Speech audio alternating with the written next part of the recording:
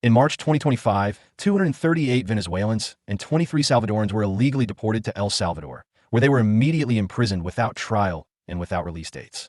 This is a violation of the 5th, 6th, and 14th Amendments of the Constitution, which guarantee due process to all individuals on U.S. soil, not just citizens, in matters involving federal, state, and local authorities, as well as the 5 landmark Supreme Court decisions that have codified these inalienable rights.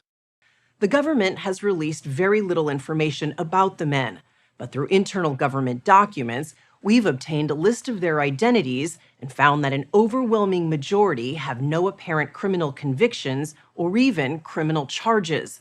They are now prisoners.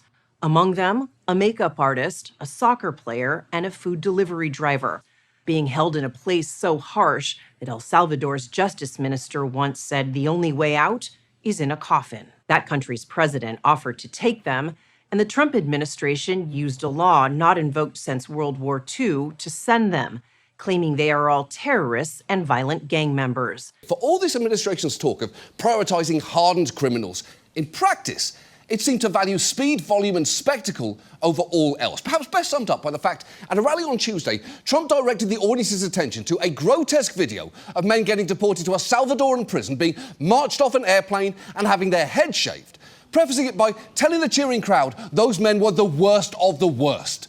Despite the fact, when 60 Minutes looked into it, they couldn't find criminal records for 75% of the men on those flights. Who is Kilmar Abrego Garcia, the Maryland man mistakenly deported from the U.S.? He was born in El Salvador and moved to the United States in his teens, entering the country illegally as a minor. In 2019, an immigration judge granted Abrego Garcia protection against deportation due to threats of violence if he were to return. Then, in March 2025, Abrego Garcia was arrested and sent to a prison in El Salvador without being charged with a crime in either country. The Supreme Court ruled that his deportation was illegal and that he should be returned to the United States. However, so far, both the Trump administration and the Salvadoran president haven't complied with the court's order. And Trump's own administration has conceded that at least one man, Kilmar Abrego Garcia, was sent there due to an administrative error. For weeks now, it has been scrambling to come up with reasons why it was okay to send that man to a foreign prison, which has been hard for them to do given that he had a court order protecting him from deportation to El Salvador and no criminal record. At one point, Trump posted a photo of himself holding an image that had been circulating online of Abrego Garcia's hand, with labels added suggesting the tattoos on his knuckles were somehow secret code spelling out MS-13. Multiple gang experts have disputed that, pointing out MS-13 tattoos tend to feature things like the letters M, S, and the numbers 1 and 3. But in an interview on Tuesday, Trump not only defended posting that image, he argued that the letters and numbers that had clearly been superimposed were actually tattooed on his hand, and he refused to let go of that idea. Tortured. Kilmar Abrego Garcia, the Maryland father, wrongly deported and locked inside one of the world's most feared prisons, revealing shocking allegations of abuse. Before we go any further, we need to discuss the Torture in El Salvador report issued by the Human Rights Commission of El Salvador, CECOT, on September 29, 1986. This report documented widespread and systematic torture of inmates by Salvadoran security forces. Its key findings include extensive victim testimonies collected from approximately 270 prisoners, some of which include first-hand drawings depicting methods of torture. The report outlines more than 40 distinct torture techniques sanctioned by the Salvadoran government, as well as meticulous records of each instance in which a technique was used on a prisoner. These records date back to the early 1980s. In summary, the CECOT Torture in El Salvador report is a foundational document, cataloging hundreds of state-sanctioned torture cases, detailing their methods and prevalence. These torture methods include blows to the head, ears, chest, abdomen, back, extremities, and testicles, forced standing, wounds and visible signs of beatings, application of the hood, forced asphyxiation, water immersion / waterboarding, strangulation, stress positions such as the airplane, horse, hammock, and piñata, forced exercises, electrocution, burns, sensory overstimulation, binding and handcuffing, forced bandage infections, sleep deprivation, forced nudity, starvation, forced ingestion of spoiled food, physiological needs containment, forced drug ingestion, rape, threats of rape, death threats, threats to family, mock murder, verbal abuse and intimidation, being forced to watch or listen to torture, use of animals, dogs, snakes, ants, etc., prolonged solitary confinement, false witnesses, and other forms. The following images are first-hand drawings by former prisoners depicting the ways they were tortured. These methods are deeply rooted in legal frameworks that facilitated extensive human rights abuses. This report is a critical record in the effort to acknowledge, understand, and address those atrocities. It also served as primary documentation for later truth commissions and international legal proceedings. Its publication, initially suppressed by repression, became widely accessible years later to aid national memory and justice. With all of that in mind, let's get back to the main story. He says it began just minutes after this moment, his arrival at El Salvador's Terrorism Confinement Center, or CECOT, a place shrouded in secrecy and known for its brutal tactics. In a new federal court filing, Garcia describing a nightmare, stripped naked, beaten, forced to kneel for hours, guards striking anyone who moved. And in just 2 weeks, he says he lost 31 pounds. Garcia is believed to be the only person ever to leave CECOT. One of the lawyers who detailed Abrego Garcia's account of torture in that new filing, joining us now, Rina Gandhi, an attorney for Garcia. So, Rina, we're hearing this account, Abrego Garcia sharing it directly with your team. What stands out the most to you? I think for me what stands out is the distinction between how he was treated initially when he got there and once it became clear that his case was going to be a big deal and he got moved. Think about those who are there improperly just like him, who have not been called attention to and have not been moved. Tell us a little bit more about it, that it got better? The abuse that he suffered improved in the Centro Detention Center, the secondary location he was moved to. So he claims that he was denied bathroom access and was forced to soil himself, that he was kicked and hit so much that he had visible bruises and lumps on his body. So you've now detailed this in 40 pages in court filings. What does Kilmar Abrego Garcia hope will come from sharing his story?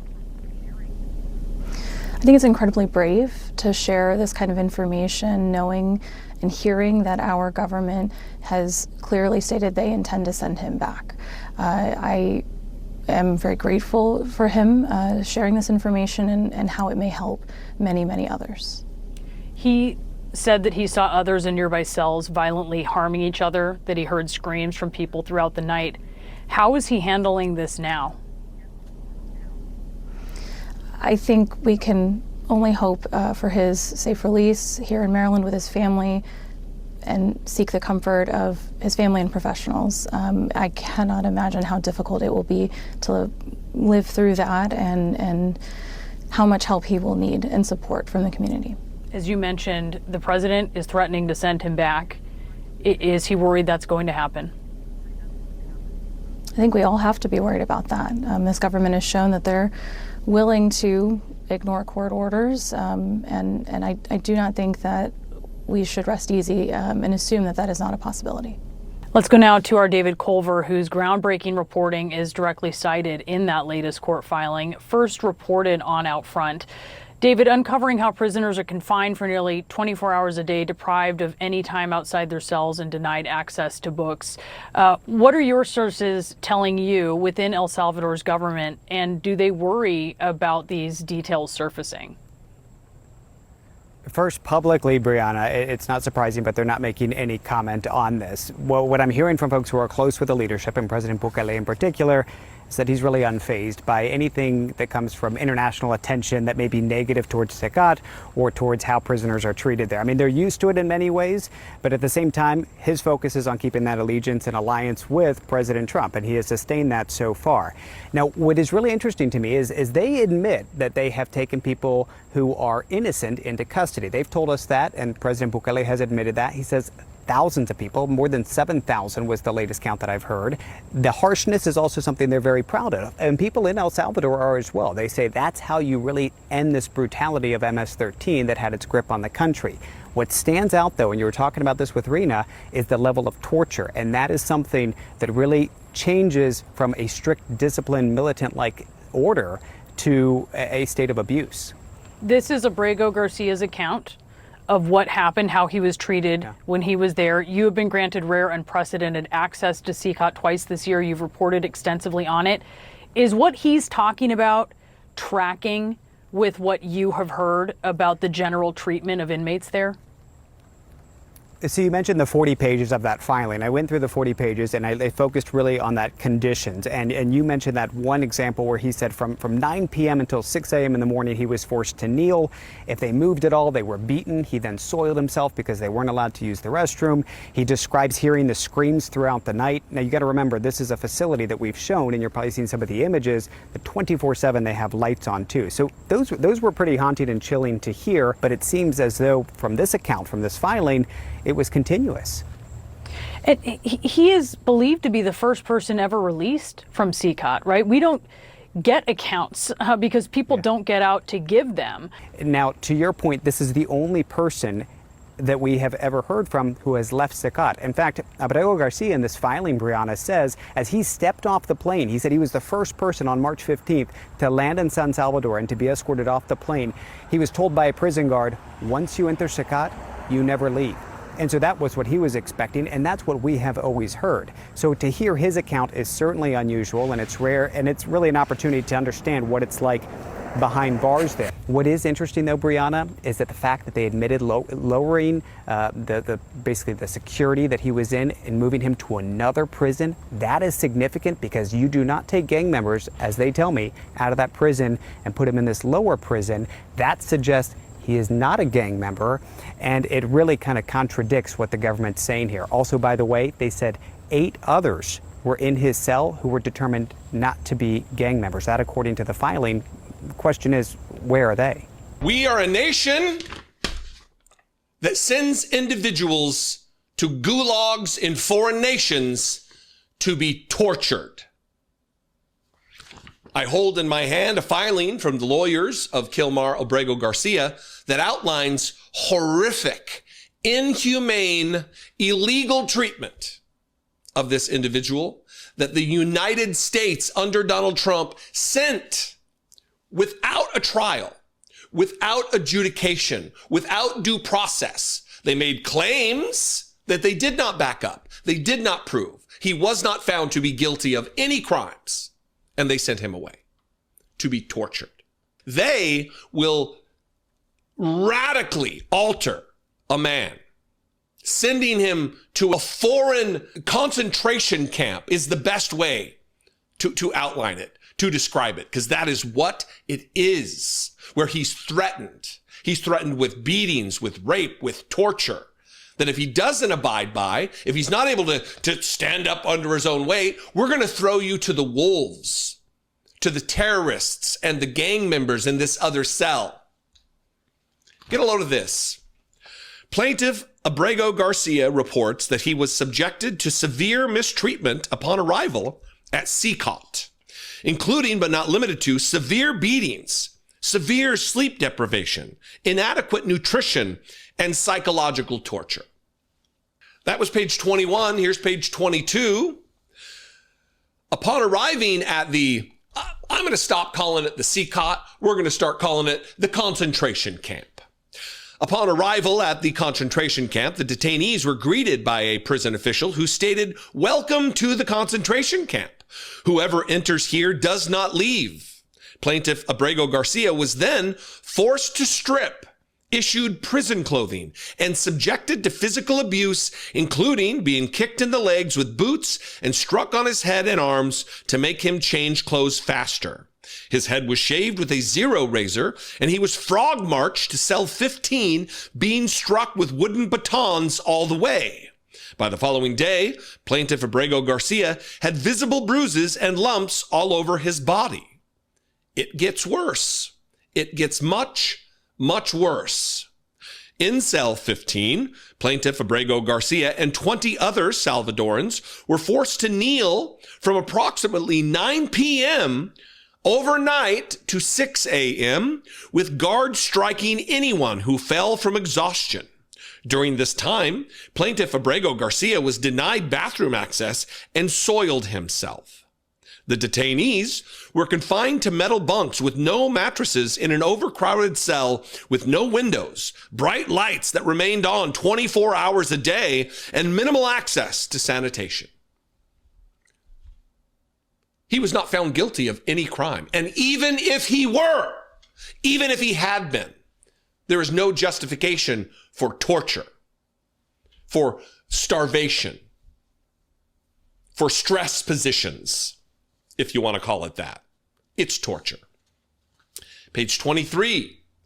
While at the concentration camp, prison officials repeatedly told plaintiff Abrego Garcia that they would transfer him to the cells containing gang members who, they assured him, would tear him apart. Indeed, plaintiff Abrego Garcia repeatedly observed prisoners in nearby cells who he understood to be gang members violently harm each other with no intervention from guards or personnel. Screams from nearby cells would similarly ring out throughout the night without any response from prison guards on personnel. Is this who we are? Apparently, this is who we are.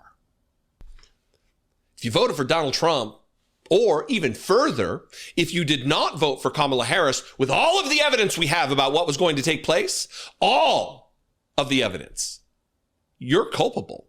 You're guilty. You take part in this. This blood is on your hands too. During his first 2 weeks at the concentration camp, plaintiff Abrego Garcia suffered a significant deterioration in his physical condition and lost 31 pounds, dropping from approximately 215 pounds to 184. During his first 2 weeks, he lost 31 pounds. On April 9th, plaintiff Abrego Garcia and 4 others were transferred to different modules in the concentration camp, where they were photographed with mattresses and better food, photos that appeared to be staged to document improved conditions. And they want to act like they are the party of law and order, the party of justice, the party that respects the Constitution, that has prohibitions against cruel and unusual punishment. This is fascism. And this is what took place on foreign soil. They're erecting Alligator Alley or Alligator Alcatraz or whatever cute little disgusting name they're calling the concentration camps within the borders of the United States as they laugh their ghoulish laughs, recreating scenes from the 1940s in Nazi Germany. This is Nazi shit. I mean, this is Nazi shit. It's not hyperbole. I'm not exaggerating. I'm not being bombastic. This is what it is. And if you're a Republican and you celebrate this, fuck off. Fuck all the way off. If you're an independent and you think, well, Donald Trump really is taking care of law and order. Donald Trump is a 34 felony convicted criminal who is robbing us blind, who is enriching himself day after day after day, immune from criminal prosecution because he's the new dear leader king. And the Supreme Court found him to be such. Something's going to have to change. There's a new legal development in the Abrego Garcia case that highlights just how out of control, untrustworthy, and lawless some of Donald Trump's executive branch agencies are. In my 30 years as a federal prosecutor, I think I can fairly and accurately say that there is one universal truth. People would rather be out of prison than in prison. Defendants don't often ask judges to keep them in detention rather than releasing them from detention.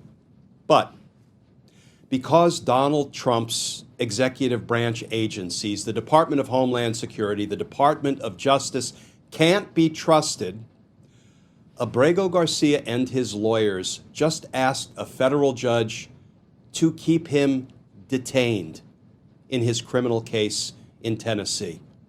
Kilmar Abrego Garcia's release from federal custody delayed after lawyers warn of possible deportation. A federal magistrate judge said Monday that Kilmar Abrego Garcia, a Salvadoran man who was mistakenly deported to El Salvador and then was returned to the United States to face criminal charges of human smuggling, will remain in federal custody at least until mid-July. Abrego Garcia's lawyers had asked the judge Friday to delay his release. Let me say that again. The defendant's lawyers, Abrego Garcia's lawyers, asked the judge to keep him detained, delay his release, warning that the Trump administration had made conflicting statements about whether he will be deported after he is released ahead of trial, meaning ahead of his criminal trial in Tennessee. The brief order from U.S. Magistrate Judge Barbara Holmes is the latest development in the case involving Abrego Garcia, whose removal, deportation to El Salvador in March, emerged as a flashpoint in Trump's immigration agenda and promise of mass deportations of immigrants in the U.S. unlawfully. Abrego Garcia was indicted by a federal grand jury on 2 charges of human smuggling in late May, after which the government returned him to the U.S. to face federal prosecution. He has pleaded not guilty. His, Abrego Garcia's, return came weeks after a federal judge in Maryland ordered the Trump administration to facilitate Abrego Garcia's release from Salvadoran custody, which was affirmed by the Supreme Court. A U.S. immigration official had acknowledged Abrego Garcia's deportation to El Salvador was an administrative error, as he had been granted a legal status in 2019 that prevented the Department of Homeland Security from removing Abrego Garcia to his home country because of likely persecution by local gangs. After Abrego Garcia was brought back to the U.S. to face the human smuggling offenses, the Justice Department requested he remain detained while awaiting trial, but the magistrate judge, Holmes, earlier this month rejected that request and said he should be granted pretrial release. But during a hearing last week to review the conditions of Abrego Garcia's release, lawyers for the Salvadoran man and the Justice Department acknowledged that he would likely be detained by the Department of Homeland Security and deported swiftly after being released from Justice Department custody, which would interfere with his criminal proceedings.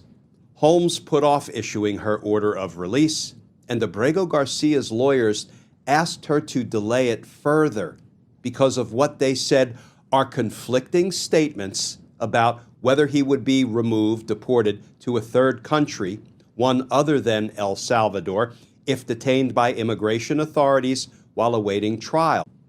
This quote from Abrego Garcia's lawyers, quote, "A short delay will prevent the government, the Trump administration, from removing Mr. Abrego and allow time for the government to provide reliable information concerning its intentions," Abrego Garcia's lawyers wrote in a filing to Holmes. The magistrate judge agreed to the request and said Abrego Garcia will remain in the custody of the U.S. Marshals until the next hearing on July 16th.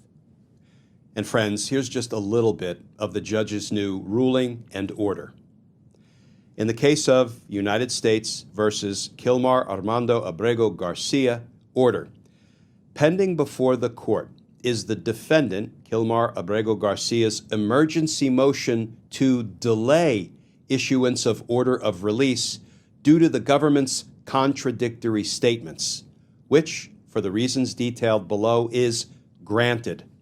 As noted by the district judge in his June 25, 2025 memorandum opinion, the question of whether the government, the Trump administration, has made the proper showing to trigger the statutory authority to detain Kilmar Abrego Garcia pending trial is important, as it is axiomatic that an individual has a strong interest in liberty. Against that backdrop, the court considers Abrego's request to briefly remain in U.S. Marshal custody pending further proceedings before the district court.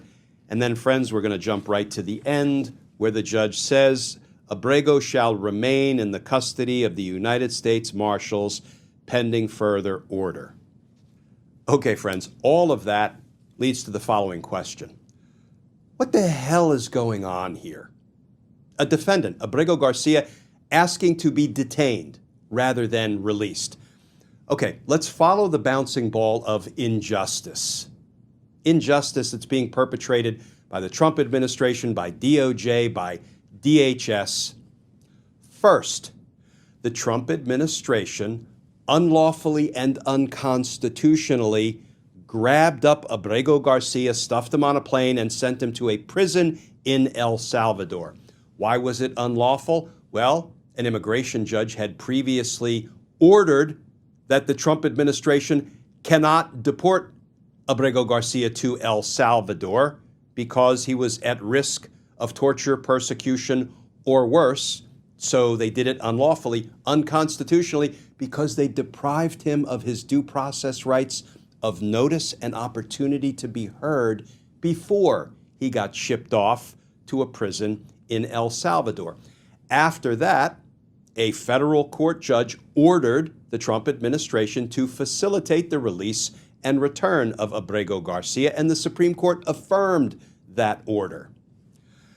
Then Attorney General Pam Bondi went public and said, impossible, can't be done, he can't be brought back, and then they brought him back.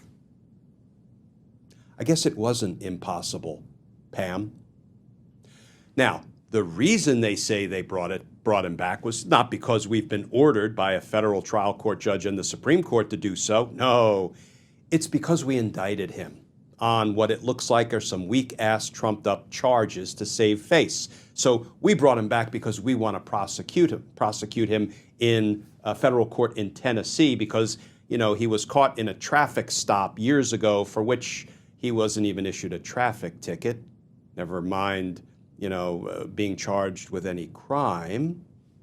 This case is already in the process of falling apart, and it will be exposed as the pretext it is, I suspect. So after they brought him back, there was a hearing, and the federal court judge, the magistrate judge said, you don't have enough evidence to detain him pending trial. And the magistrate judge was going to order his release. So the Department of Justice, the Trump administration said, oh yeah?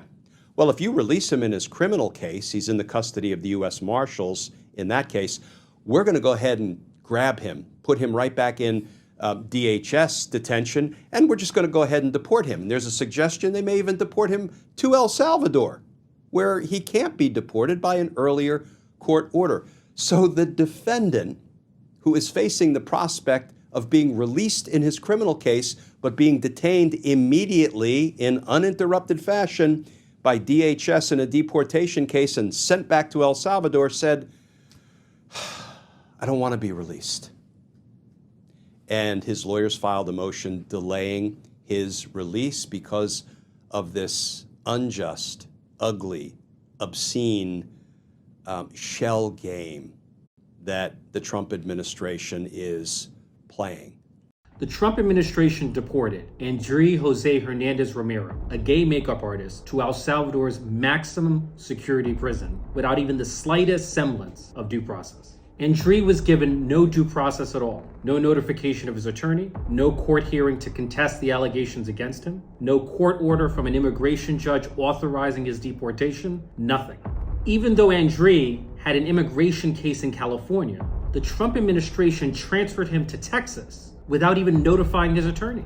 Even though André had an immigration hearing scheduled for March 17th, the Trump administration removed him from the country on March 15th without so much as a court order. The federal government alleges, but there is no hard evidence, that André is a member of a transnational gang known as Tren de Aragua. Let me repeat, there is no evidence of any gang affiliation at all. No intelligence reports, no known gang associations or gang paraphernalia, no video, audio, or photos of gang activity.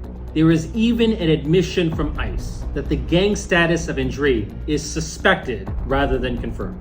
all of which raises the most important question. What exactly is the basis for the Trump administration's suspicion of gang affiliation? Andriy has a crown tattoo on his wrist with the word mother written below. Let's get real for a moment. Does he strike you as a gang member? When was the last time you saw a gay makeup artist in a transnational gang? The Trump administration, in all likelihood, has deported an innocent man without due process to a well-known torture chamber in El Salvador. If something happens to Andriy, the Trump administration will have blood on its hands. And the government's evidence in some of these cases is just absurdly weak. Take Andriy Hernandez Romero, a Venezuelan stylist who was in the middle of seeking asylum in the US to escape persecution for his political views and the fact that he's gay. Time magazine photographed him having his head shaved upon arrival at CECOT, with the photographer saying he was crying for his mother. And as his lawyer points out, the evidence the government's shown to justify that is ridiculous. In Andriy's case, the only evidence the government presented in immigration court were these pictures of his tattoos. Crowns, which immigration authorities say can be a symbol of Tren de Aragua. The crowns themselves were on top of the names of his parents. The most possible explanation for that are that his mom and dad are his king and queen. A Department of Homeland Security spokeswoman said on social media that its intelligence assessments go well beyond just gang affiliate tattoos. She said Andriy's own social media indicates he is a member of Tren de Aragua. We went back a decade and could only find photos like these. That is utterly infuriating. That is your evidence? What about this man? Screams violent gang member. The shackled men were forced to lower their heads and bodies as they were unloaded from buses and taken to El Salvador's mega prison known as the Terrorism Confinement Center, or CECOT. Andriy Hernandez Romero was among them. Andriy is a 31-year-old Venezuelan. He's a makeup artist. He is a gay man. He loves to do theater. He was part of a theater troupe in his hometown. Lindsay Tozlowski, Andriy's attorney, says he does not have a criminal record in the United States or Venezuela. She says he left his home country last year because he was targeted for being gay and for his political views. Last May, Andriy made the long trek north through the Darien Gap to Mexico, where he eventually got an appointment to seek asylum in the United States. At a legal border crossing near San Diego, he was taken into custody while his case was processed. Did he have a strong asylum case? We believe he did have a strong asylum case. He had also done a credible fear interview, which is the very first part of seeking asylum in the United States, and the government had found that his threats against him were credible and that he had a real probability of winning an asylum claim.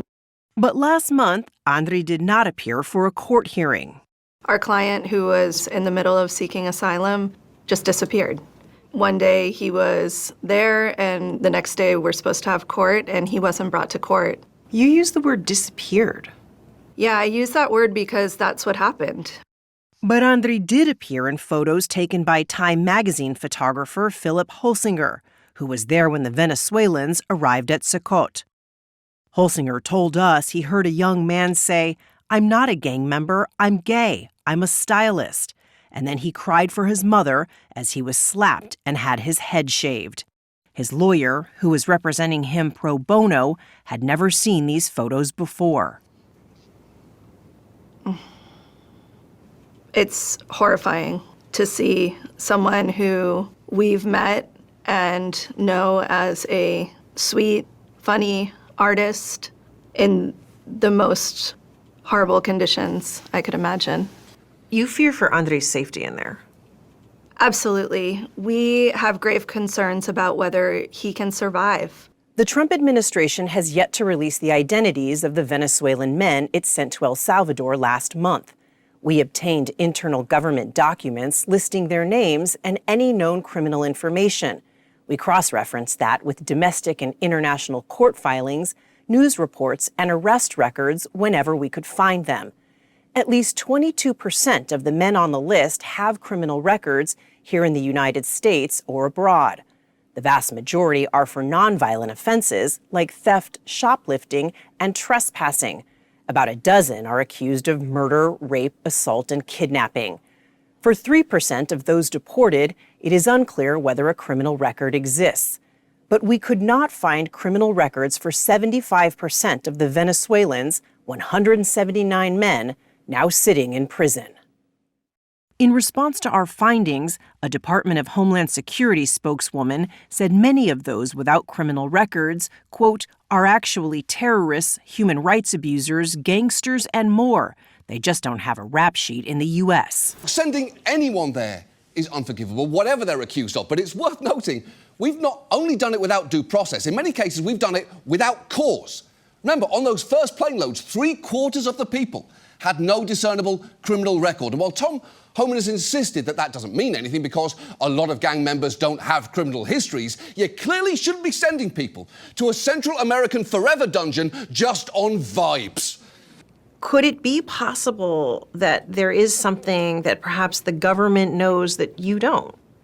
I don't think that that is possible, but if it was possible that they had some information, they should follow the Constitution, present that information, give us the ability to reply to it.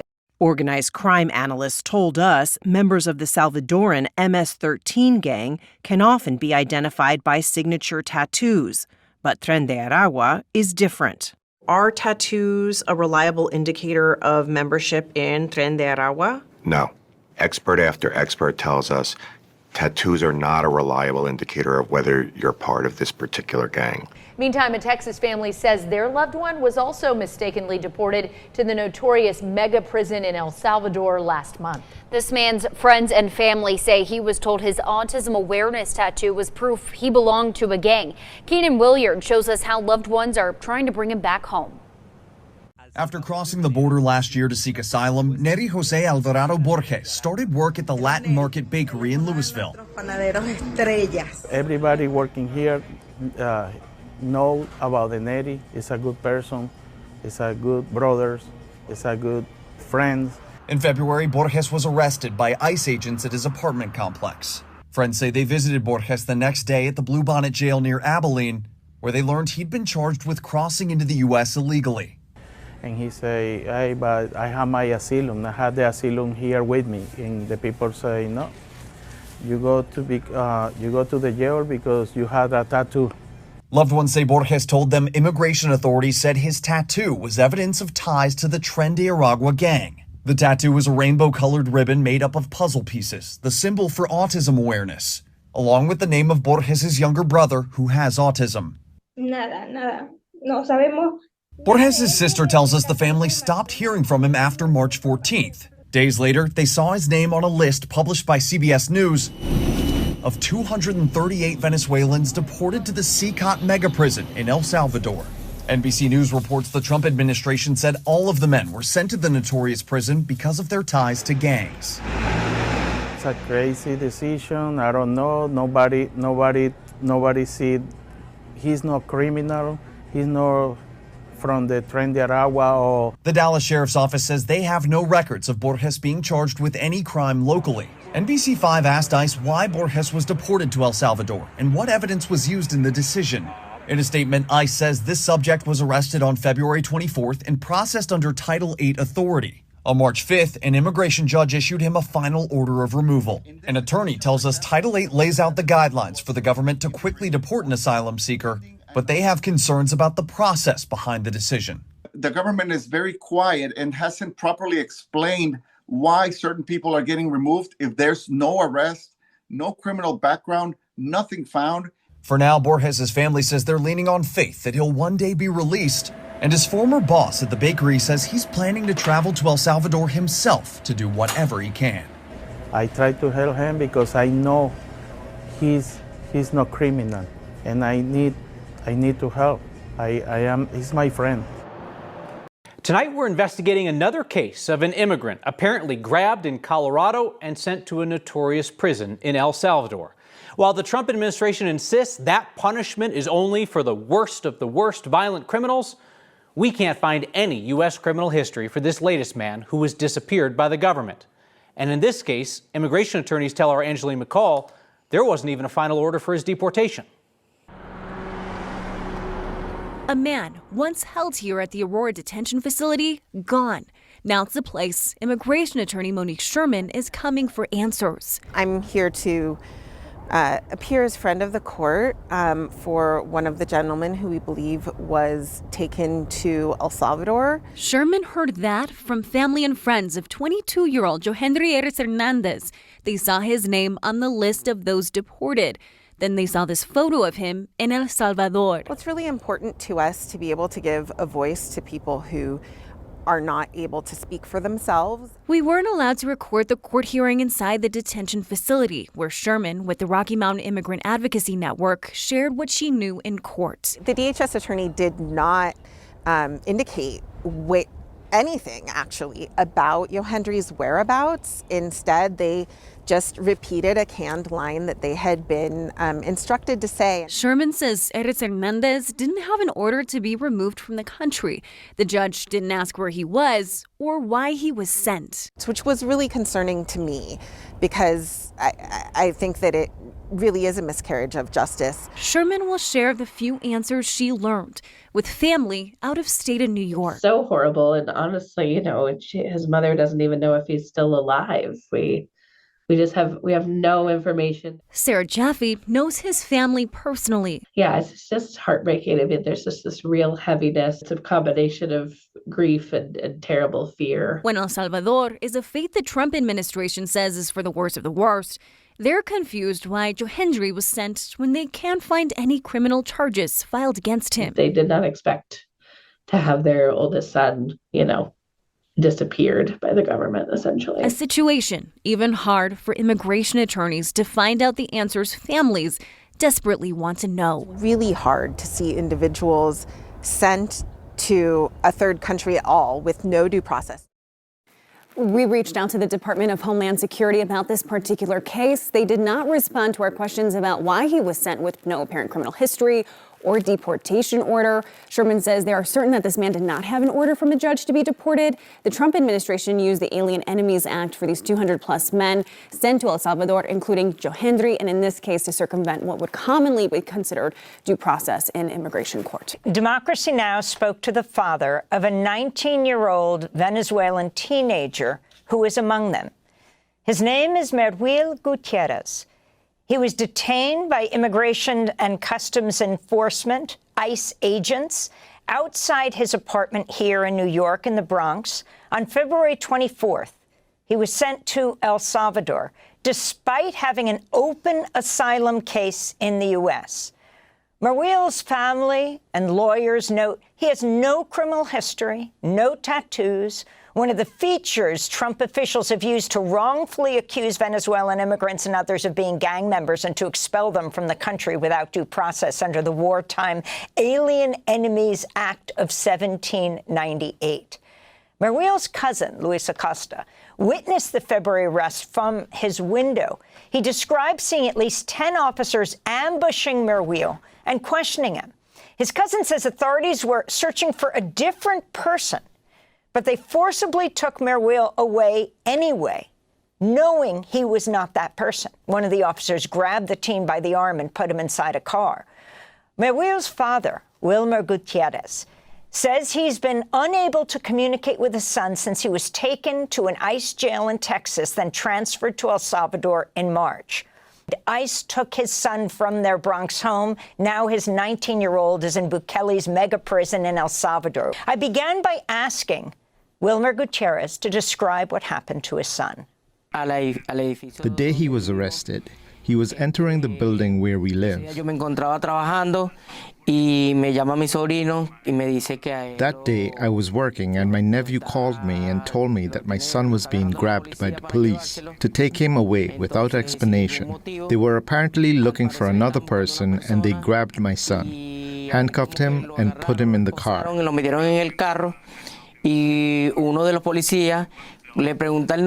of the policemen asked him his name. He replied that it is Merwil, and the policeman said no, he's not who we want. Since the good ones are the bad ones too, the other police said, no, take him anyway. And they took my son to the precinct. I returned to the precinct. I thought that he was going to be released that same night, and they were going to let him go back home, because I know my son was not doing anything wrong. He was just going into our building when they arrested him. Mr. Gutierrez, could you tell us when did you learn that he had been transferred to El Salvador? I found out that they had sent him to El Salvador when he contacted me Saturday morning. El día sábado en la mañana. Y de allí no tuve más comunicación. And from that point on, I had no further communication with him. Salieron los vuelos a El Salvador que habían llevado un grupo. When they were sending flights to El Salvador, we learned that they had taken a group of Venezuelans. At that time, they had not sent any planes deporting Venezuelans to their home country. Estuvimos indagando. We inquired, but couldn't obtain any information until a list of names of everyone who was deported came out, and my son's name was on that list. Do you feel betrayed by the government, that the same government that allowed you to come into the United States with humanitarian parole has now sent your son to another country to prison? Sí, efectivamente, porque o sea, nosotros vinimos para acá con un sueño. Yes, indeed. Because we came here with a dream, we did not think that this injustice was ever going to happen. My son has not committed any crime. He never appeared in front of a court. He was not charged with a crime or had a trial. Algún tipo de cargo, algo así, no. Ellos los agarraron y se los llevaron a todos a un avión y los llevaron y... No, they grabbed him and then put him on a plane and took him to El Salvador. And that's where they have sent others. They were kidnapped because they did not go through a formal process, nor did they sign any papers saying where they were going. Ellos tenían la esperanza que si lo montaban en un avión iban a regresar a Venezuela. We hoped that if they put him on a plane, they would return my son to Venezuela, where we have family. And look where he ended up, where his rights as a human being are being violated right now. They shattered our dreams. I want to go back to that night, February 24th, as your reporter at Documented has told the story, interviewed the cousin. Explain exactly what he saw and heard the agents doing. So Luis, who has actually left now their apartment out of fear that he would also be kind of caught up in a collateral arrest, which is exactly what we think was happening here. He was upstairs and actually saw it through a window. He said he saw nearly a dozen agents kind of gathering around.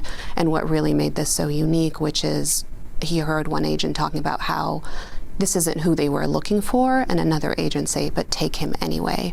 And I would say that kind of pervasive fear that we're seeing now in immigrant communities, which is even if you have no criminal record, even if you have status, even if you have a legal case, even if the Supreme Court has argued that you have a right to argue against your deportation, you might still be taken away. So this case, as tragic as it is, we're seeing it play out in multiple ways across the country and in New York. If you could talk to your son right now, if you could talk to Mayor Wheel, look right into the camera, and what would you say to him? Bueno, mi mensaje para Merwi. Well, my message to Merwill, if he hears me, he is to be strong. Que Dios está con nosotros y que estamos haciendo todo lo posible para que él salga de allá pronto. God is with us, and he needs to know that we are doing everything possible to get him out of there soon. His family in Venezuela is doing everything they can. Just like me here, I am making my voice heard so that it is heard and reaches the ears of everyone, and that justice is done, because I told you, from my heart, he is not a criminal. Not all Venezuelans are doing what Trump's government says we are doing, and I hope they have a little respect for that too. If they want to send everyone to their home country, do it with due process, not how they are doing it, as if we were criminals. Even animals don't deserve that. They treat us as if we were a commodity. And from my heart, I tell Merwill that we are doing everything possible and that we will be together soon. Yo soy la mamá del muchacho Francisco Javier García Cacique, el muchacho que está detenido de manera injusta y arbitraria, lo enviaron para El Salvador. Mi hijo entró de manera ilegal a los Estados Unidos, cuando en ese entonces había un canal humanitario para ayudar a las personas que venían transitando todos esos países y llegar allá, mejorar su calidad de vida, ayudar a su familia. Y lo que correspondía era que lo deportaran a su país de origen. Mi hijo no tiene delito, mi hijo no tiene récord criminal en Estados Unidos, mi hijo no tiene antecedentes penales aquí en Venezuela, mi hijo no es un delincuente, mi hijo es un barbero. La gente se preguntará, ¿por qué nosotros alzamos la voz? Porque somos los únicos que estamos para poder defender los derechos de nuestros familiares, de nuestros hijos, que están siendo vulnerados, que están siendo violados, están violentados, están siendo. Tanto su integridad, su cuerpo. Los afeitaron, les quitaron su cabello. Los golpearon, le bajaron la cabeza, los llevaron agachados, como si eran unos delincuentes, unos perros. ¿Con qué finalidad? ¿En qué se basan? ¿Qué se sustenta para decir que son unos criminales? Que son unos pandilleros. ¿Dónde están los registros? ¿Dónde están las pruebas que lo vinculan? Exijo, por favor. Mi hijo me lo enviaron para El Salvador. Y así fue. Y lo enviaron allá. Y lo busqué por SUA en Estados Unidos y ya no aparecía en el sistema.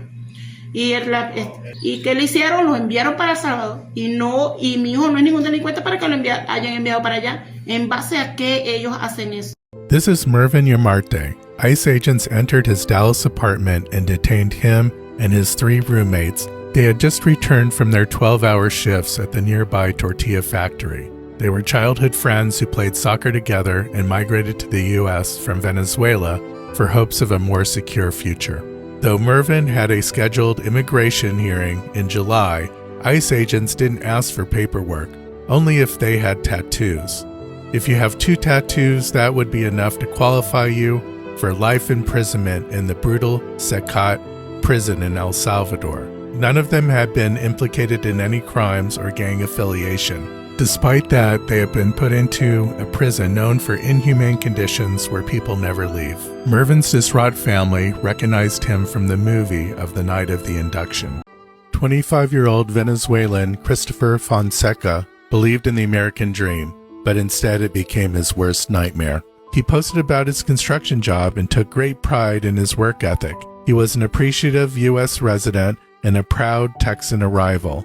He had legal status and was applying for permanent residence while sending money back to his daughter in Venezuela. He grew concerned for his safety when Donald Trump took office and was thinking about returning to Venezuela, but decided to stay a bit longer to save some money. That was a big mistake. He was detained by ICE at a traffic stop and sent to the brutal CECOT prison in El Salvador. He was labeled a gang member based on his Bulls baseball cap, a rose tattoo, and making a rock and roll hand sign on social media, even though he has no gang affiliations and never committed a crime. His shocked mother recognized him from the infamous CECOT video. Now he is trapped in a prison known for torture, strangulations, ritual beatings, electric shock, and inhumane living conditions, with no plan to ever release him. This is a portrait of Rafael Aguilar. He fled Venezuela to Mexico and entered the U.S. legally seeking asylum. He was working in a travel agency in California. He is not implicated in any crimes or gang affiliations. He was detained because of a tattoo of playing cards. The U.S. has sent him to a hellhole prison in El Salvador, known for human rights abuses that packs men into cells like sardines for 23.5 hours a day. There is no end to Rafa's sentence.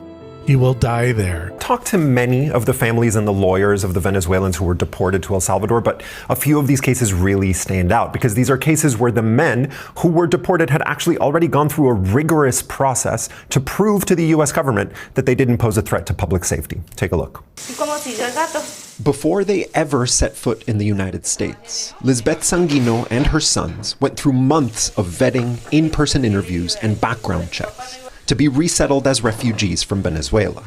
Aquí están los boletos de avión. Plane tickets. So she was shocked when the family arrived at the Houston airport and immigration agents arrested her 24-year-old son, Widmer Aguelvis. The reason? A tattoo of a rose and a clock, which an agent wrote are associated with the Venezuelan gang Tren de Aragua. But experts say Tren de Aragua does not use tattoos as markers of membership. And government documents show that Aguelvis had no criminal record or other evidence linking him to the gang. Did you see that in a first of its kind, a judge has ordered that someone sent to CECOT must be able to speak with their lawyer? Osnader Aguelvis is a young Venezuelan man with a slender frame and one not likely to survive long in the brutal CECOT prison in El Salvador. He flew to the U.S. from Ecuador under the UN's Refugee Protection Program. He was detained by ICE in Houston because he had a rose tattoo on his wrist that he had gotten to commemorate his grandmother. He is not implicated in any crime or gang affiliations. There are no plans from his release from prison in El Salvador, and he will likely die there. 18-year-old Yorbi Carmona looks more like Timothy Chalamet than a potential Venezuelan gang member. He was a tourist in the United States, spending some time in New York City with his family, and then in Dallas, Texas with his girlfriend. That is when he was detained by ICE for an expired visitor visa. His girlfriend first learned there was something wrong when she got a call from him in the South Texas Detention Center. He had a scheduled hearing, but before the hearing date, he was mistakenly included to the list of Venezuelan gang members flown to the notorious CECOT prison in El Salvador. How well do you think a sheltered 18-year-old boy would fare in a prison known for human rights abuses where no one ever leaves? Things went quickly wrong for 18-year-old Angelo Escalona, who was approved to work in the U.S. with a pending asylum hearing, but in February was detained by ICE for no apparent reason.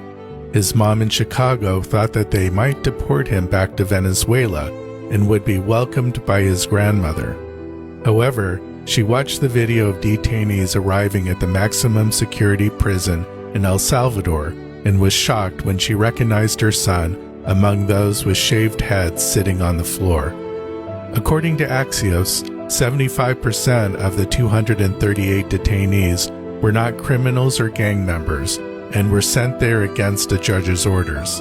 CECOT prison has widely been known for its brutal tactics and human rights abuses, where no one ever leaves. Mikhail Sabero's wife is still traumatized from the morning ICE raided their Bronx basement apartment. He worked as a barber and a tattoo artist while she cleaned hotel rooms. ICE agents said they were looking for a Dominican man. She let them in the apartment, having little concern since they were both legal residents from Venezuela seeking asylum. Mikhail, still sleeping, was forced to get dressed and then handcuffed. They dragged him away but didn't tell her where. Eventually, she learned that he was moved to a Pennsylvania detention facility for removal. She packed his things, expecting him to be sent back to Venezuela, but disappeared from the system before his scheduled hearing, but later learned he was sent to CECOT prison in El Salvador. Her worst fears were confirmed while watching the infamous CECOT video. She started screaming when she recognized him bent over while his head was being shaved. Philip Halsinger from Time magazine took this photo of him getting off the plane. ICE labeled Mikhail a gang member because of his tattoos, but find me a tattoo artist that doesn't have any. Imagine receiving a life sentence for making a wrong turn.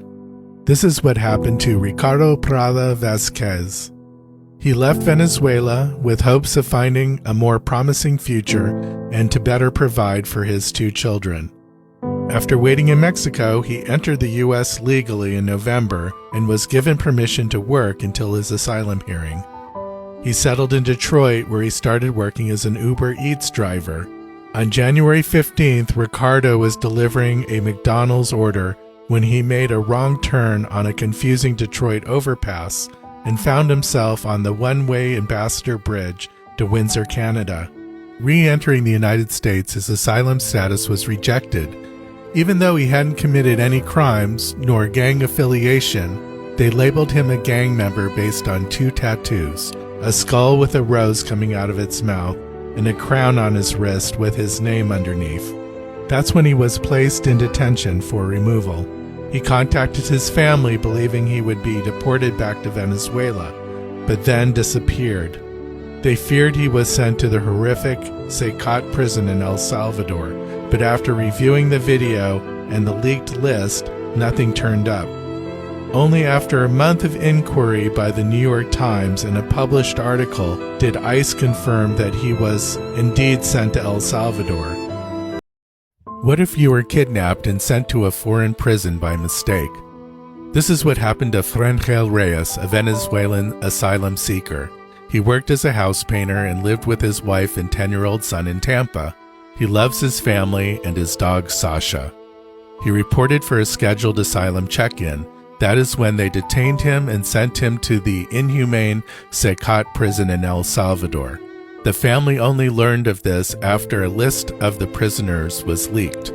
He has no criminal record, no tattoos, nor gang affiliation. A judge asked ICE for some proof. They couldn't provide any, but submitted his removal order, which had Frangel's name on the cover, but someone else's name and status on the inside, which misidentified him as a gang member, not having asylum status, and wrong ID numbers. When asked about the incorrect name and discrepancies, ICE said, "It isn't a hearing to analyze evidence, but we'll look into it." The judge then ruled that Frangel was innocent and shouldn't have been sent to El Salvador and would be able to resume seeking asylum if ever returned to the United States. Good luck. His dreams of becoming a world-famous singer turned into a dystopian nightmare. Arturo Suarez had fled the poverty and violence of Venezuela to Santiago, Chile. He gained a YouTube and local following as a reggaeton singer. To advance his music career, he planned to go to the U.S. with his wife through the CBP-1 visa program. But she became pregnant, and it was decided he would go alone. Upon arriving in the U.S., Arturo started working in construction while focusing on his music. On February 8th, while recording a music video at his home in North Carolina, ICE raided his residence and detained him and 7 other Venezuelans. They accused them all of being gang members because of their tattoos, with no other evidence. His family talked with him on the phone on March 14th and thought he would be deported to Venezuela.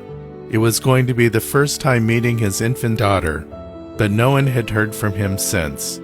It was only a few days later that they recognized him in photographs of the 238 Venezuelans sent to the inhumane CECOT prison in El Salvador. Now there's no music career, there's no family reunion, he will never meet his daughter. Instead, he's trapped in a prison known for torture, where no one leaves alive. He is serving a life sentence for helping his mom fight breast cancer. This is the story of Marcos Basoto Salinas. 10 years ago, he and his family fled Venezuela to Ecuador. That's where he met his wife and now has a 3-year-old boy. In 2022, his mom's breast cancer had worsened. After surgery, she required expensive treatments. Marco decided to leave his family to find work in the U.S. to support his mom's medical care. On the way, he was kidnapped for 5 days by the cartel in Mexico City and paid $3,000 for his release. Fearing for his life, he entered the U.S. and turned himself over to border guards. After 3 days in detention, he was given a flight to Orlando. Even though he had a business administration degree, he worked washing cars, making pizzas, and eventually making cakes in the Paris bakery in Orlando. Things were going well for Marcos. He received temporary protective status, a working visa, and had an asylum hearing scheduled for 2027. That was until March 12th, when ICE agents entered the bakery to detain him for no known reason. 3 days later, he was sent with 238 other Venezuelans to the notorious CECOT prison in El Salvador. Now, instead of helping his mom fight cancer, his family is fighting for his release from a brutal prison where no one ever leaves. This is Venezuelan immigrant Richard Duarte. His good friend Brian describes him as a gentle man, with one of the kindest hearts of anyone he knows. He feels privileged and honored to know him. Richard is generous to a fault and would give you the shirt off of his back. In gratitude, Brian fed Richard's insatiable curiosity with trips to baseball games, trying every fast food option, and the endearing scene of them watching Fresh Prince dubbed into Spanish. Richard was in the U.S. legally, working as a house painter in Orlando, and he received TPS, a work visa, and had a pending asylum hearing. No matter how tired Richard was at the end of the day, he would FaceTime his 2 children back in Venezuela. He has 2 tattoos of their names above his shoulder blades. His kindness, generosity, and his tattoos is what inspired me to give him angel wings. Richard represents the best of the American spirit of hope, friendship, and hard work. It is precisely because of his tattoos that Richard was detained at an ICE check-in, labeled a gang member, and sent to the inhumane CECOT prison in El Salvador, known for torture and human rights abuses.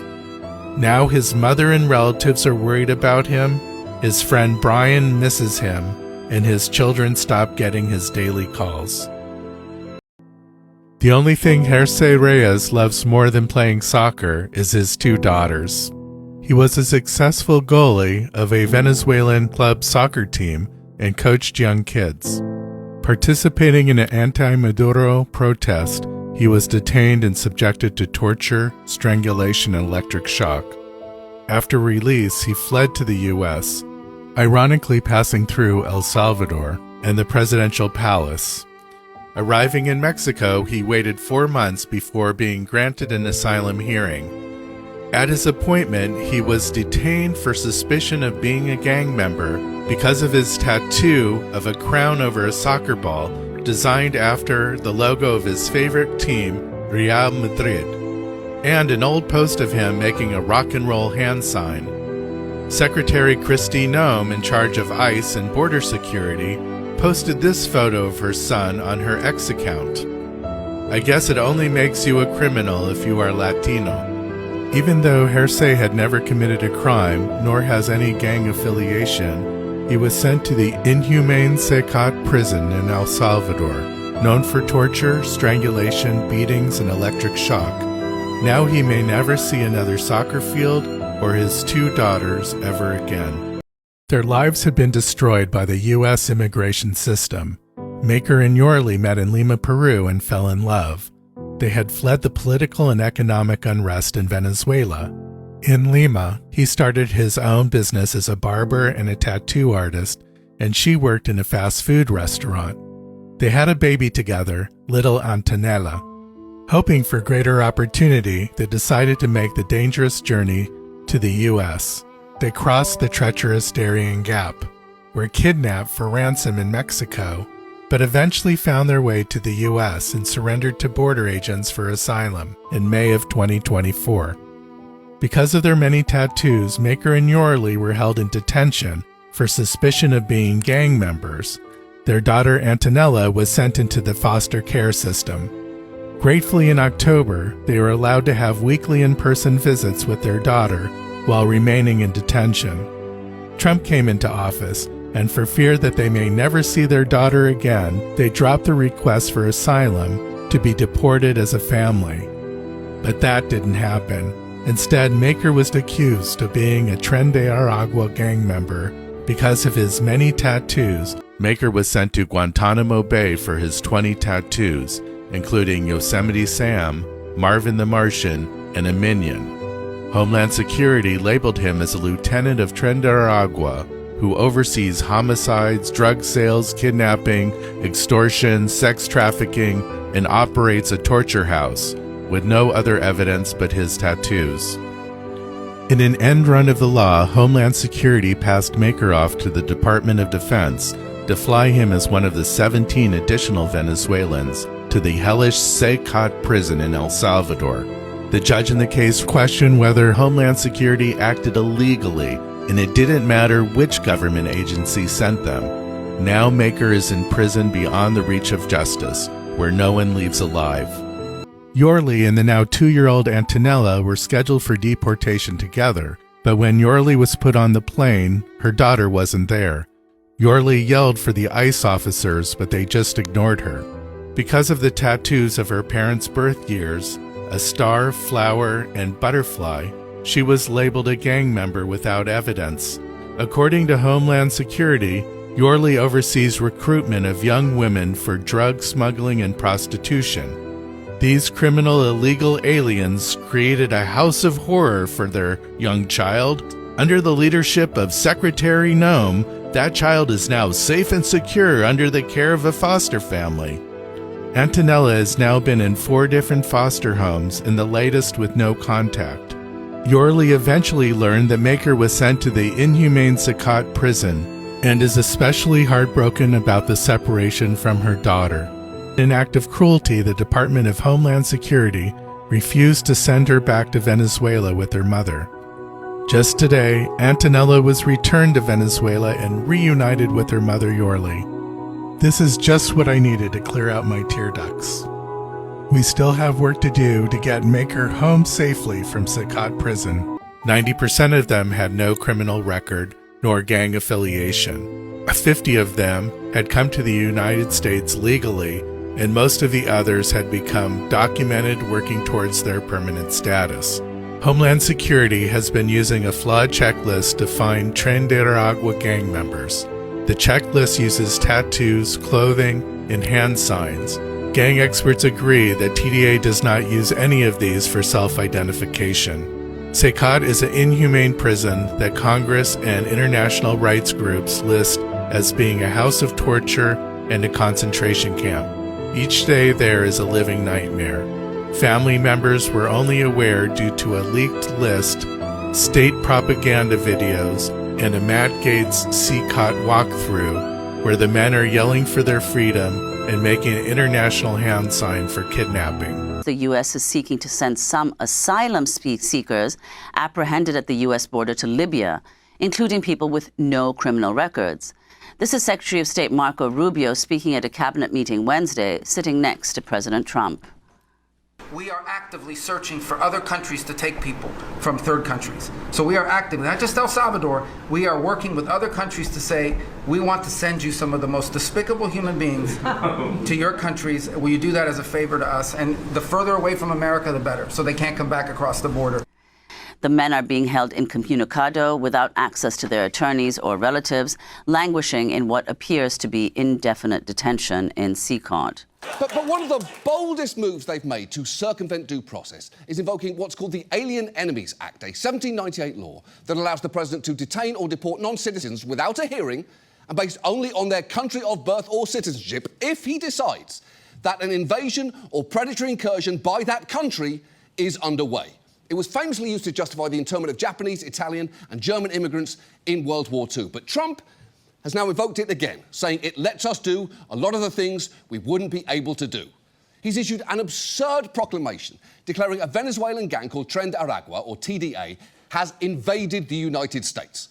And he's used that as a pretext to sweep people up in raids, label them as gang members, and deport them. There are a lot of people who might hear what you're saying and say, these people don't have papers, they should be deported. To that you say what? If they are here illegally and don't have a right to stay, they can be deported back to their home country. If they've committed crimes, they can be prosecuted and perhaps spend many, many years in a U.S. prison. It's not a matter of can these individuals be punished. It's a matter of how the government is going to go about doing it. Once we start using wartime authority with no oversight, anything is possible. Anybody can be picked up. Last month, President Trump did what he had promised on the campaign trail. He invoked a 1798 law called the Alien Enemies Act, which allows the president to remove non-citizens without immigration hearings during times of war or invasion. Every administration back to 1798 has understood this is wartime authority to be used when the United States is at war with a foreign government. The administration is saying, not only are we going to use it against a criminal organization, but you, the courts, have no role. You cannot tell us that we're violating the law or stop us. I think there's no question in our mind that the law is being violated. It has only been used 3 times in our country's history. all during declared wars, the War of 1812, World War I, and World War II. And the reason for that is very straightforward. The law says explicitly it may only be used against a foreign government or a foreign nation when we are in a declared war with that foreign government or that foreign government is invading us. This gang is not invading, so in our view, there is no question that this administration is just thumbing their nose at Congress. The other dangerous part of this is that the government is saying the federal courts have no role in this, that the federal courts in the United States can't review what President Trump has done. That's a very, very dangerous argument. Does the U.S. even have the legal right to send someone who's been deported from its country to a foreign prison? The United States does not have that right. You know, I want to go back to World War II, the last time that any president used this authority. We send people back to their home country. We didn't send them to a foreign prison. Even during World War II, Germans had the right to contest their designation under the Alien Enemies Act. As one of the judges pointed out in the appeals court, Nazis had more process than we're giving to these Venezuelan men. Before the 3 planes arrived in El Salvador, U.S. District Judge James Boasberg ordered the Trump administration to turn them around. Flight tracking data shows 2 planes were in the air at the time, and one was about to take off from Texas. Instead of turning around, all the planes made a stop at a military base in Honduras. And then, despite Judge Boasberg's verbal and written orders, the planes all flew to El Salvador. Since then, the U.S. government has disclosed very few details about the operation. CBS News published the only list of all 238 deportees. The government is refusing to answer almost every question from the court. Based on what grounds? Well, now they've invoked what's called the state secrets privilege. They are saying they can't even confirm details about the planes. We asked a Department of Homeland Security spokeswoman what evidence the government has, besides tattoos and social media posts, linking people like Andre and Herce to Tren de Aragua. She cited state secrets and ongoing litigation as the reasons DHS cannot comment on these individual allegations. Homeland Security Secretary Kristi Noem, who visited CECOT last month, declined our request for an interview. At the prison, she recorded this video. She was standing in front of a cell packed with Salvadoran gang members, not Venezuelans. But know that this facility is one of the tools in our toolkit that we will use if you commit crimes against the American people. The Trump administration is paying El Salvador President Nayib Bukele's government $6 million to house prisoners it sends to CECOT. Lawyers and family members of the Venezuelans told us they've had no contact with the men since they arrived. Do you have any idea how long he might be there? We have no idea. Alirio Antonio Fuenmayor's younger brother, Alirio Guillermo, was picked up by immigration agents while working as a food delivery driver in Utah. Though he had no criminal record, he was sent to El Salvador last month. He is an innocent person. He has not committed any crime, and he's in a maximum security prison. The ACLU's League Alert has spent decades challenging immigration policies of Democratic and Republican administrations. But on the fate of the Venezuelan men, what would you say to these families who are terrified right now about their relatives currently sitting in this prison in El Salvador? Will they ever see them again?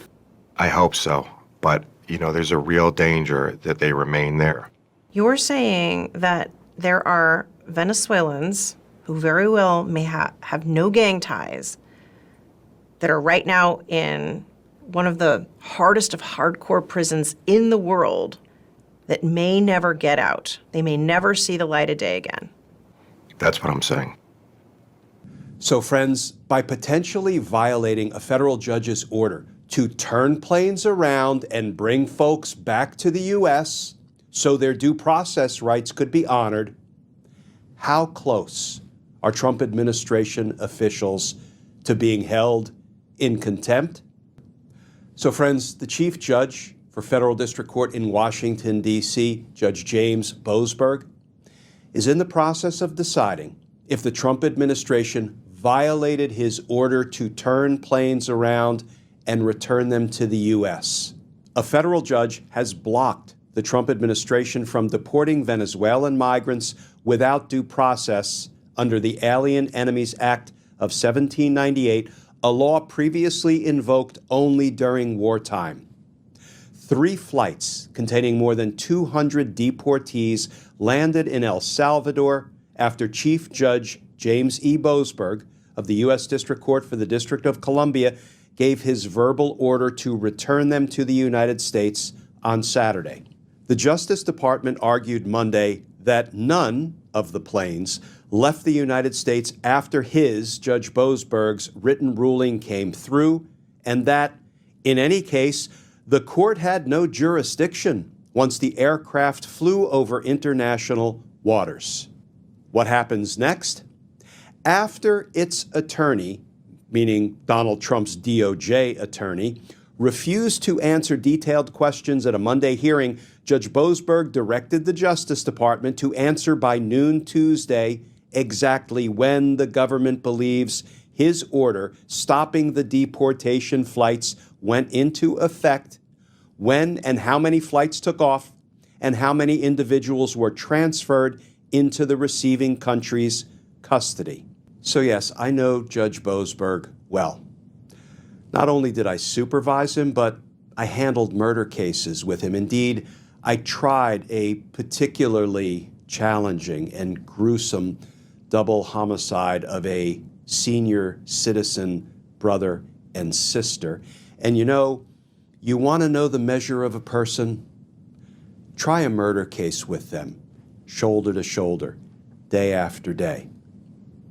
Yes, I have complete confidence in Judge Boasberg to handle the most challenging cases that the Trump administration or any litigant can throw at him. Well, friends, a federal appeals court has sided with Judge James Boasberg and against the Trump administration's unconstitutional deportations of Venezuelan immigrants. What one of the appellate court judges said about the human toll, the consequences, the devastation of the Trump administration deporting human beings without honoring their constitutional rights to notice and opportunity to be heard in court before they're deported. Headline: Appeals Court won't lift order that barred Trump administration from deportations under wartime law. Judge Millett, who was nominated by Democratic President Barack Obama, said Boasberg's order merely froze the status quo until weighty and unprecedented legal issues can be addressed through an upcoming hearing. The judge said, quote, "There is neither jurisdiction nor reason for this court to interfere at this very preliminary stage or to allow the government to single-handedly moot the plaintiff's claims by immediately removing them beyond the reach of their lawyers or the court." Judge Henderson, who was nominated by Republican President George H.W. Bush, said the court's ruling doesn't prevent the government from arresting and detaining migrants under Trump's proclamation. The judge said, quote, "Lifting the injunctions risks exiling plaintiffs to a land that is not their country of origin," she wrote. Indeed, at oral argument before this court, the government, the DOJ lawyers, in no uncertain terms conveyed that, were the injunction lifted, it would immediately begin deporting plaintiffs without notice. Judge Walker said the plaintiffs' claims belong in Texas, where they are detained. One of the important safeguards built into our justice system is the notion that everybody should get their day in court before the government acts against them. That's embodied in the constitutional due process protections, the guarantees of notice and opportunity to be heard in court before the government acts against you by, for example, deporting you to a prison in El Salvador. And one of the appeals court judges, Judge Patricia Millett, highlighted in her written opinion the danger, the human toll of an executive branch that doesn't honor people's basic constitutional rights of notice and opportunity to be heard. And friends, let me just briefly set up Judge Millett's comments for you. Imagine if you had a friend, a family member, a loved one who got a tattoo. And it was a sports tattoo honoring, some sports team that person was especially devoted to. But, some government official mistook that tattoo for a gang tattoo. Just imagine those circumstances for a minute. Here's what Judge Millett said.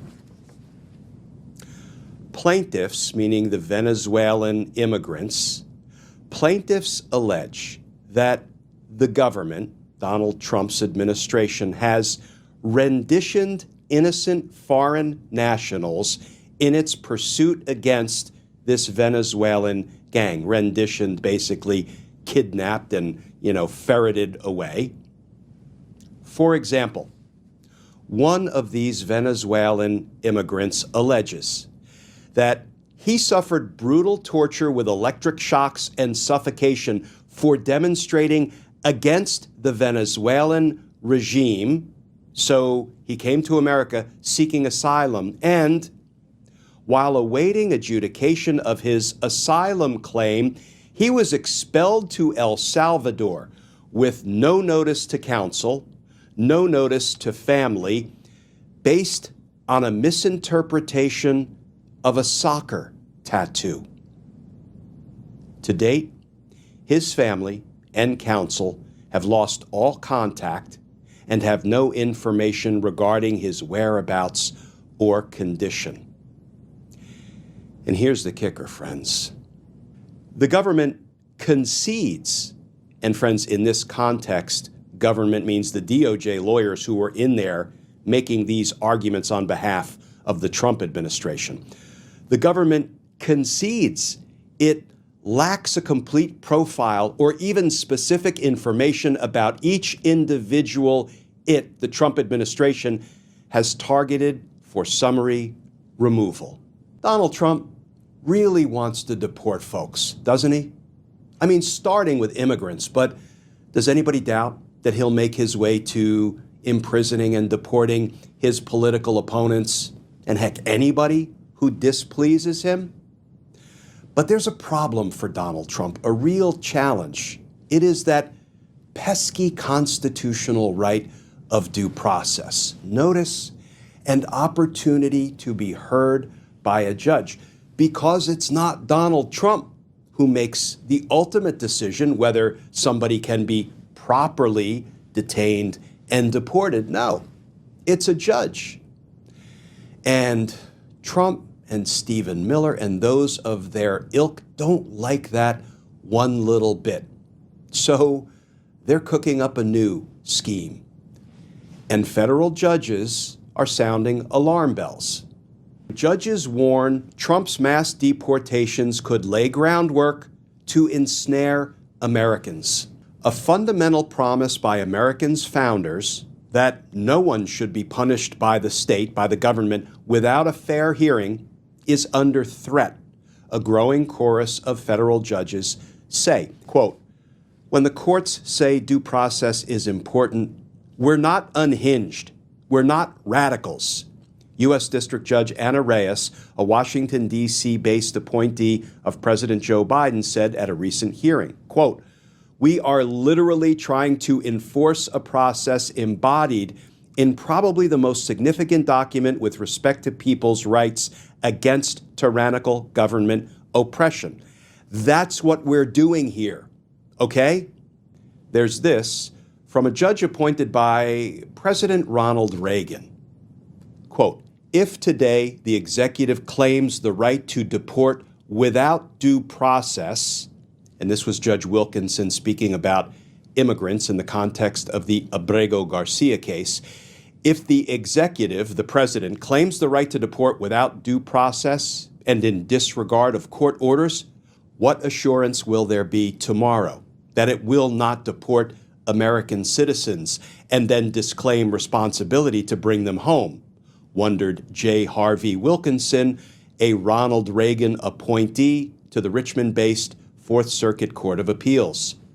Judge Wilkinson described an incipient crisis, but also an opportunity to rally around the rule of law. And in the Abrego Garcia opinion, Judge Wilkinson went on to say this: "And what assurances shall there be that the executive, the president, will not train its broad discretionary powers upon its political enemies? The threat, even if not the actuality, would always be present, and the executive's obligation to take care that the laws be faithfully executed would lose its meaning." And friends, can I reference just one more judge, or actually in this case, a Supreme Court justice who believes that the constitutional due process right of notice and opportunity to be heard by a judge are pretty damn important? It's a fight that judges are increasingly casting as existential, rooted in the Fifth Amendment's guarantee that no person shall be deprived of life, liberty, or property without due process of law. The word person, courts have noted, makes no distinction between citizens or non-citizens. The Supreme Court has long held that this fundamental promise extends to immigrants in deportation proceedings. In a 1993 opinion, Justice Antonin Scalia called that principle well established. That's right, friends. Supreme Court Justice Antonin Scalia. It doesn't get any more conservative in recent generations on the Supreme Court than Justice Scalia. And he said it is well established that citizens and non-citizens enjoy due process rights. But Donald Trump and Stephen Miller don't like that.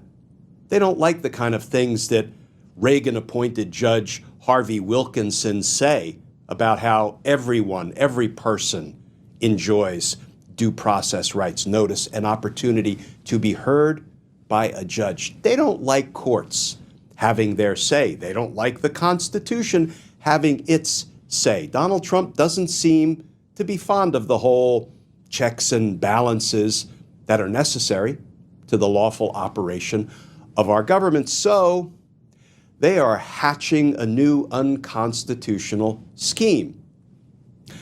Just get rid of due process altogether. Extinguish the right of the people to notice and opportunity to be heard by suspending the process that protects that right, the writ of habeas corpus, what we refer to as the Great Writ. It is the writ, it is the vehicle, the mechanism, the procedure that protects people, citizens and non-citizens alike, from being unlawfully imprisoned, unconstitutionally detained by the executive branch, by the Trump administration. And here's some of the reporting regarding this new unconstitutional scheme Miller, Trump, and others are cooking up. Trump administration's threat to suspend core U.S. legal right sparks outcry and alarm. And that article begins, legal experts and Democrats expressed growing alarm over the weekend that Trump administration officials are openly discussing unilaterally suspending habeas corpus, a bedrock American legal right, without the approval of Congress. The writ of habeas corpus, which dates back centuries, grants anyone detained in the U.S. the right to see a judge, challenge the government's evidence against them, and present a defense. But White House Deputy Chief of Staff Stephen Miller downplayed its significance on Friday, suggesting that the administration could move to suspend it unilaterally. Quote, That's an option we're actively looking at, Miller told reporters at the White House. Stephen Vladeck, a constitutional law professor at Georgetown University, described Miller's statement on Substack as factually and legally nuts and called it the most remarkable and remarkably scary comments about federal courts that I think we've ever heard from a senior White House official. Other legal scholars strongly challenged Miller's assertion that the president could unilaterally suspend habeas corpus, Latin for that you have the body. And let me just add here, essentially the writ of habeas corpus is a writ that can be ordered, issued by a judge directing the government, the executive branch, to bring me the body of the person you are detaining. Vladeck and three other experts said that a legal consensus has existed for decades, that only Congress has the authority to suspend the right, the writ of habeas corpus.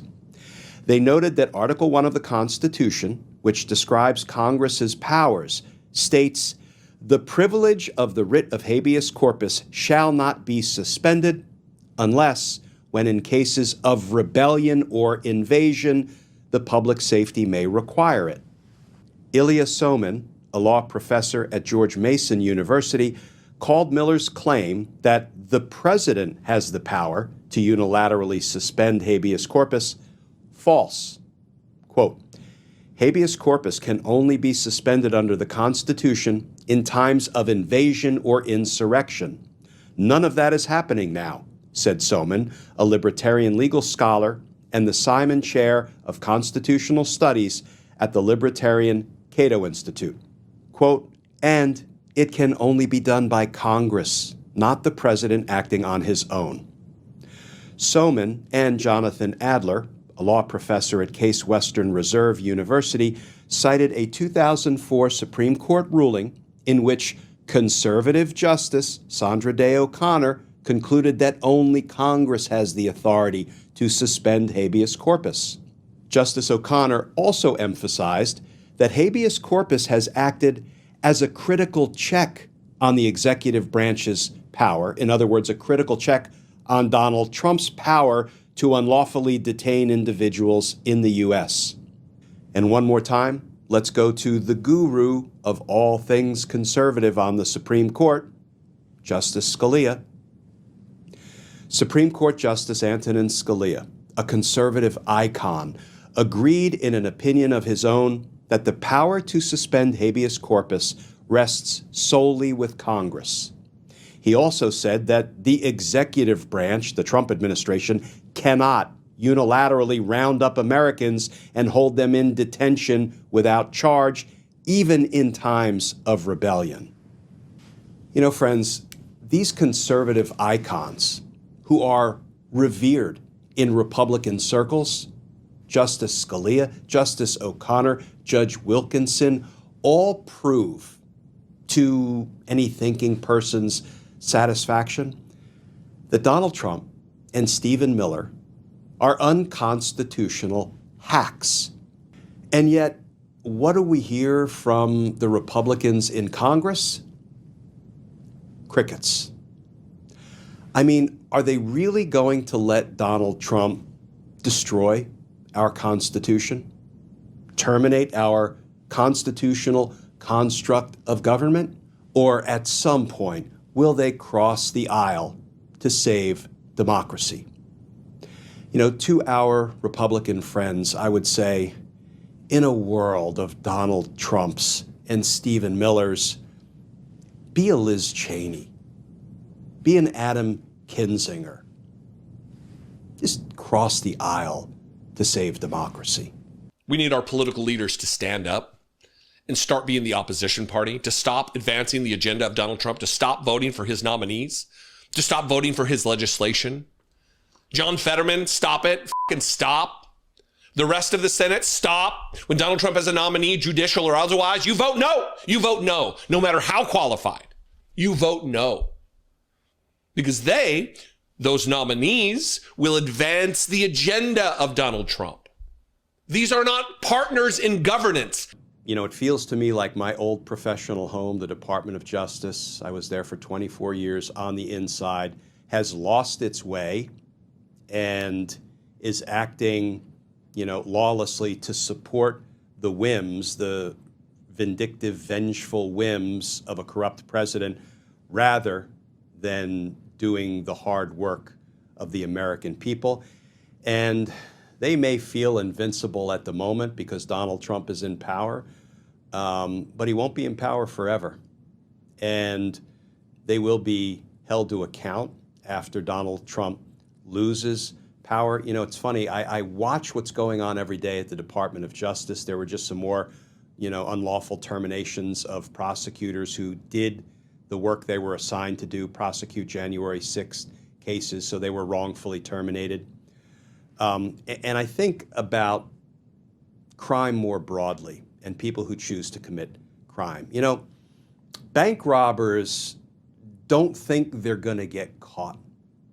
That's why they rob banks. That's why they commit crimes, but they generally do get caught eventually. The leadership at the Department of Justice right now is doing what it's doing because they don't think they're going to get caught. Well, I think once the rule of law comes back into the light in this country, and it will, it has to, accountability will come. Because justice matters.